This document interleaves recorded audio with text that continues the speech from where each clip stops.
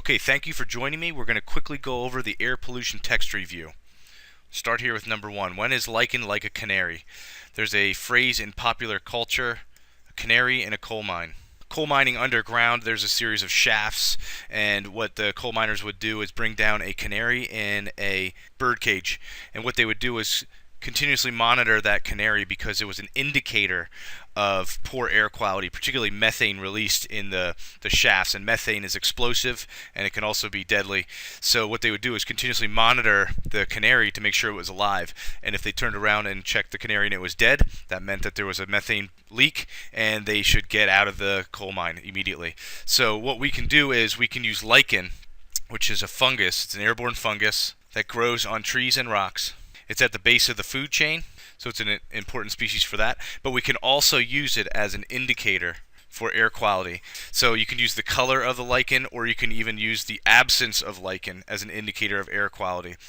Just like in our water quality testing at Branchwood Park, we use the indicator species of organisms to indicate levels of water pollution. We can use the lichen here in this case to indicate the presence or the absence of air quality pollutants. Going down to the next section, we quickly review the layers of the atmosphere. And we have the troposphere, which is where all weather occurs. We have the stratosphere, where stratospheric ozone blocks UV radiation, which is essential for life. We have the mesosphere, don't forget that's where shooting stars occur. And then the thermosphere, the aurora borealis, or the International Space Station is at the edge of space. Now the review here is about tropospheric versus stratospheric ozone. Stratospheric ozone replenishes itself naturally. All right, that's good ozone, that's essential for life. But I'd like to refresh your memory and remind you that tropospheric ozone is toxic and a pollutant, a contributor to smog. Now, in this question, they also bring up something called natural capital. And now's a good chance to tell you what that means. Natural capital are resources on Earth or systems that are in place that we benefit from. So for example, the forests on Earth are natural capital because we can, not only do they harbor ecosystems and biodiversity, but we can use the wood, or they regulate temperature on Earth. So natural capital is somewhat of a resource. They're using the ozone layer as a resource here. It's essential for life. It blocks UV radiation. We were doing something on Earth, releasing CFCs that was reducing the amount of ozone, degrading that natural capital. You can think of the oceans as natural capital. Any resource is natural capital. And in environmental science, we have to understand a balance between utilizing that natural capital but making sure it's sustainable for future generations. Going down a little further, I want to point out the difference between a primary pollutant and a secondary pollutant. Pretty simple. Primary pollutants are those that are emitted directly into the atmosphere, specifically the troposphere. So down here, things coming out of the smoke or the exhaust pipe, things coming out of the smokestack, those are your primary pollutants. Secondary pollutants are those that react with one another, or pollutants that react with one another to form new pollutants. So acid rain is an example. So once these things are in the atmosphere, they react with oxygen, water, or other compounds to become new pollutants. So you need to know the difference between primary pollutants and secondary pollutants. Pretty straightforward, but you need to know the difference. And it's the Clean Air Act that regulates both. Okay, here are the 6 conventional air pollutants established by the EPA, those that are regulated and identified by the National Ambient Air Quality Standards. All right, carbon monoxide, which is can be an indoor pollutant or an outdoor pollutant. All right, you have nitrogen dioxide, which is mostly outdoor, coming out of our exhaust pipes and smokestacks. Sulfur dioxide, same thing. All right, leading to acid rain. Solid particulate matter, that could be indoor, when we tested that in our indoor air pollutant lab. Ozone, that could be indoor or outdoor. We know a lot about outdoor ozone. Indoor, an example is from photocopy machines. If you have a job and you have to make a lot of photocopies, or if maybe that is your job, you're in a room all day making photocopies. If that room is poorly ventilated, you could have a buildup of ozone in that room, and you're being exposed to an air pollutant, ozone.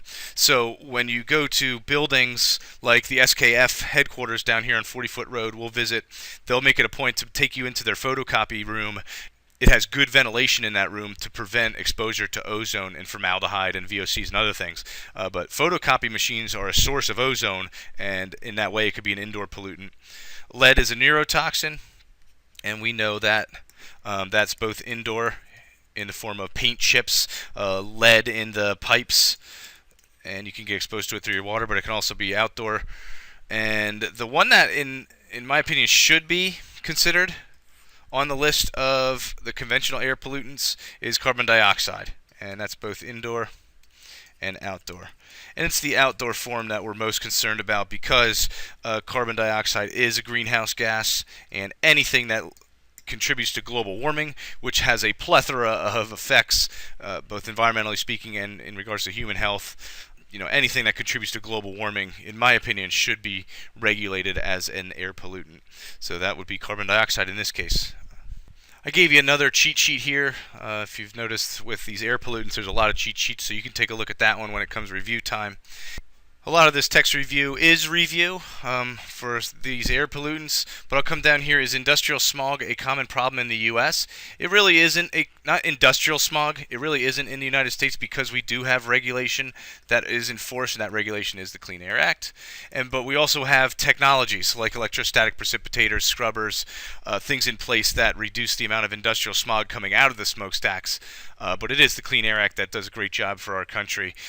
The developing world, China, India, Ukraine, some Eastern European countries, including the Black Triangle region of Slovakia, Poland, Hungary, and Czech Republic, these developing countries don't have the technology or the regulation, and more importantly, they're overcrowded. So in regards to industry, you need a nice piece of legislation in place to regulate the amount of stuff coming out of the smokestacks so industrial smog is not a problem in your country. So it's the developing world that mainly suffers from industrial smog. Don't get confused between that and regular smog, photochemical smog, which is a product of auto emissions. Alright, it's important to understand that rain and wind basically cleans the air. It's important to understand that in cities, when you have these long periods of dry, hot weather with no wind, you could have air quality alerts, particularly for the elderly and young. All right, and then a couple of factors that increase outdoor pollution. If you have cities built in the mountains, like Lehigh Valley is in a valley between two mountains, Los Angeles, or even buildings can block wind. That would normally recycle the air. It could trap the air inside. And here's a little bit about temperature inversions. You have to understand that when you do have that warm air aloft, it can trap the polluted air underneath it. So you need that wind and rain to recycle that air out.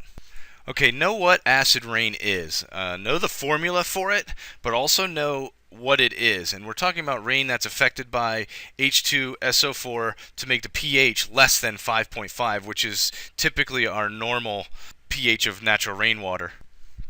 And if you look at the average pH of rainwater in the eastern U.S., we're talking about it being 10 times more acidic than natural rainwater. And what you're going to have is plants having problems taking nutrients out of the soil if the soil is acidic, or it could literally have the browning of the leaves. It could affect the growth of the plants, and it could have effects in the food chain as well. So know what acid rain is, know what the numbers are telling you. Just know your scale and what that means, what those numbers are telling you. A lot of people ask me about the rock salt in wintertime, and you could experience something called an acid shock, where there's a sudden runoff of large amounts of highly acidic water into a stream when the snow melts. So if you think about it, you're talking about a point source of pollution where a pipe goes into the stream, and that pipe is connected to a parking lot, let's say our high school parking lot. So they would go out and throw the salt down, which is naturally acidic, and if there's a big rainstorm and all that salt washes into a drain, and that drain pours directly into the creek, you could have an acid shock more locally than you think, because the water is naturally going to neutralize the acidity, and you're going to have an acid shock locally where that pipe comes out. So we do have to be concerned about that, and a lot of people ask about the effects of rock salt when it enters a creek or a stream. Alright, here, this is somewhat important. You want to remember that most of the world's forests and lakes are not being destroyed. Acid rain is more of a local problem brought on by coal-fired power plants, but you have to remember that we are in an area that is affected by acid rain. We do live downwind from the Ohio River Valley, which is where most of the coal-fired power plants are that feed the East Coast. So think of acid rain as being a more localized problem to the East Coast, where most of the population of the United States lives, where all that energy demand is, which is why the coal-fired power plants are where they are. How do we prevent acid rain? The best way to prevent anything is to reduce. Okay, and there's a number of ways you can reduce. You can make things more energy efficient. If your refrigerator or your dryer or your microwave is more energy efficient, it takes less electricity to run that appliance, so you're reducing the amount of coal that would need to be burned. You're reducing your energy footprint. We could reduce coal use by switching over to renewable energy sources, going onto solar or wind or hydroelectricity. We can reduce coal use that way. You can burn low sulfur coal. You can use clean coal technologies. There's all kinds of different ways to reduce or prevent acid rain, and it all comes back to reducing coal because coal is the source. Places that are affected, soils and aquatic ecosystems, things like that, you're going to use lime because lime is a neutralizer, and here's what is in the lime, and you're neutralizing the acidic situation. So adding lime is a solution, but in my opinion, it's all about prevention. Sick building syndrome is real, and this is something that's heavily studied because particularly old buildings or buildings that have poor ventilation, people are exposed to things like formaldehyde, VOCs, other indoor air pollutants that could either make them sick or it could do something like cause dizziness, coughing, sneezing, or just literally chronic fatigue. And if people are tired, they're working less. So sick building syndrome can actually decrease productivity. And that costs companies money. So there's a lot of research going into sick building syndrome, and there's a lot of efforts on behalf of companies trying to provide their employees with the best indoor working conditions. So when we go to SKF, I'll keep coming back to that, they have VOC-free furniture.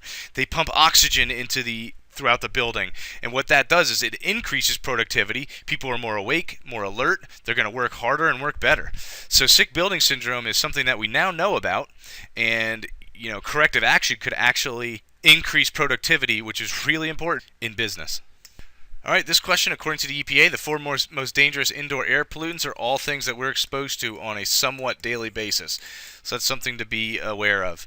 This one is an important question. In developing countries, the indoor burning of wood, charcoal, dung, crop residues, and coal in open fires and unvented stoves for cooking and heating in the developing world is the number one cause for premature death in the developing world.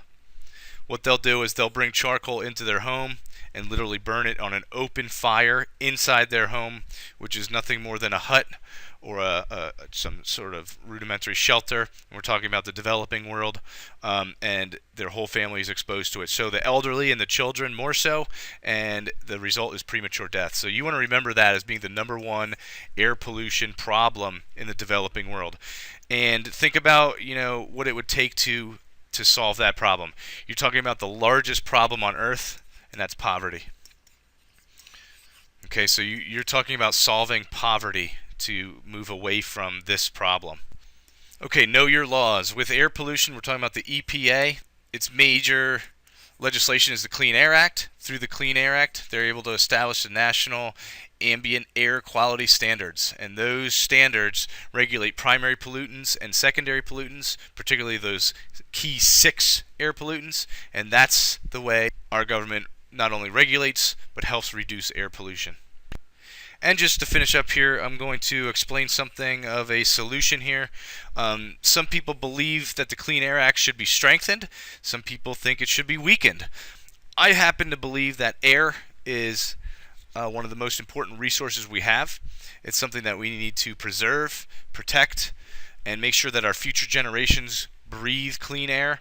I do agree with bringing industry and businesses back and manufacturing back to the United States. However, I don't want it to be at the expense of clean air. So I think that we can work together to figure out how we can bring manufacturing jobs back, but also research and develop technologies or solutions to make sure that our air quality continues to be good for us and for future generations.